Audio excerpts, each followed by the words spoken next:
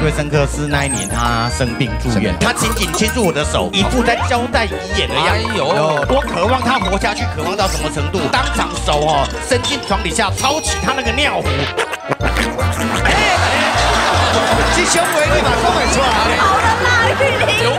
这两位都是我的挚友啦，哈，挚友。那各自有不同的一个人生的经历啦。潘老师就是这么多年来，大家把我们当作是荧幕 CP 了。哎，真的哦，真的哦，原来有你就有他啦，有啦，梦不离焦，焦不离梦。认识很多年，我印象最深刻是那一年他生病住院，我去看他。他完全病入膏肓的状态，他紧紧牵住我的手，已经一副在交代遗言的样子。哇，这个但那句话我至今记得非常感动啊！你看，我说什么？事隔差不多12年、13年了，我都还记得，历历在目。他握着我的手，就那个老沈，好，人要走之前，人生的跑马灯在我的脑海里面辗转绕啊绕的，但是始终会停格在我跟你相识的那一天。哎呦，感人！我这一生，我的时光静止在那一刻，我就心愿已了。哎呦，人之将死，他其言对，其言也善，感动哎。我不希望他这么快离开我嘛，因为我跟他之间还有很多未完成的事情要去完成。对，那个时候，对。我说你没事，你没事。那他那时候因为行动不便嘛，所以尿都尿在尿壶里面嘛。对。我渴望他活下去，渴望到什么程度？我当场手伸进床底下抄起他那个尿壶，喝了，没有，我先闻，一闻之下传来阵阵的果香，这胸围你马上买出来。好了啦，玉玲。有可能是82年的拉菲，82年的拉菲，所以流动配上收入，就是82年。可是有果香也不见得是好事啊，因为它表示尿是甜的嘛。结果呢？怪不得他老婆那个牙齿是蛀一圈，还来。他有糖尿病，他老婆蛀牙，但那真是满门忠烈。但那只是评估的指标啊，不是说有果香一定是不好的。那个边缘有一点尿液的残渣，对不对？我沾一点点，稍微沾了一下，好，然后舌头吐出来，沾一下。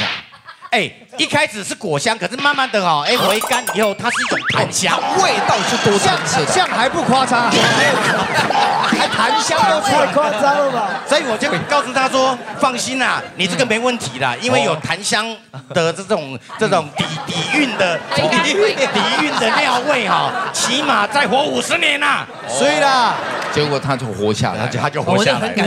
古代有24孝胃清肠粪，现代有这个沈玉琳胃有肠尿啊。对，我跟张老师有多好，快速把它讲完了。我跟张老师尽快认识很多年啊。有一年他约我们去大阪、京都7日游。他天生不吉利，你知道吗？我们去大阪，天生不吉利。大阪的第一天晚上睡到半夜3点钟，他打呼跟那个超跑一样。真的夸张了，他睡成这样然后呢，我睡着睡着，手机警报响，就跟我们台湾那个警报一样，哔哔哔。我一看，同时响地震，写日文，但是日文当中夹杂几个汉字，我还看得懂嘛，因为他写土石流，老人小孩快撤离。很清楚。他睡成这样呢，我一直摇，我用脚踹他都不行我瘦弱的身躯背着他肥胖的身体。真的是背着他，民宿在5楼，没有电梯爬下5楼，边扛，嘴里面喃唱的低声吟唱那首歌。He ain't happy, he's my brother。他不中，他是我的兄弟。The road is wrong。哎呦，感动。我也是他们2个救命恩人呐。是吗？他们2个病重之前，我都有跟他们预言，却完全命中了。所以他们也很感谢我。所以你要听他，所以他这么多不吉利，被他就会中的没有一个好的，真的。他眼睛受伤的时候，雅雅带小孩嘛，我是唯一主动要陪他住院的，他才知道我才是真正的不可缺的好朋友。有啦，那个住院期间，他是真的就睡在我旁边，真的一样我在睡梦中奇怪，这个医院怎么会有摩托车啊？又是他。我也不愿意打呼，呼啊，我控制不了啊。我打呼就算了，我们到南部去打呼哦。看落地这个。到南部去。不是，我们去南部。那天我们去小猪的一个演唱会，他特别安排了一个房子，跟我跟小钟跟他3名就睡在同一间。南部打球，可是到南部去打呼。所以打呼是主要行程，那去玩是顺便。我跟你讲，你只要有人敢挑战跟他睡同一个晚上，你只要你超过2天，但是是真的啦。我一个朋友半夜打给我，我朋友住3重哦，你拜托詹老师打呼小声一点好不好？啊，詹老师，可是他住天母哎，我在3重都听到了，太夸张了啦！但是你跟他睡2天，绝对活不过第3天。三位要不要让我们考验一下？对啊，好不好？可以吗？可以考验一下吗？他还没讲完啊，多好，给他讲完一下。我们都还没有讲，我已经快2个月没有早一点回家了。没有，我们的感情是真的很好，很好。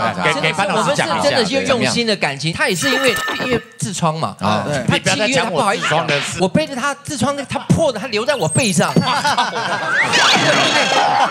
留在我背上，我一句怨言都没有。我背着他到3种，那个痔疮是从他的屁股这边流。对啊，然后路人经过以为他那个来，因为那个是从他那边踢下去。他们明明知道在唬烂，但是还蛮开心的。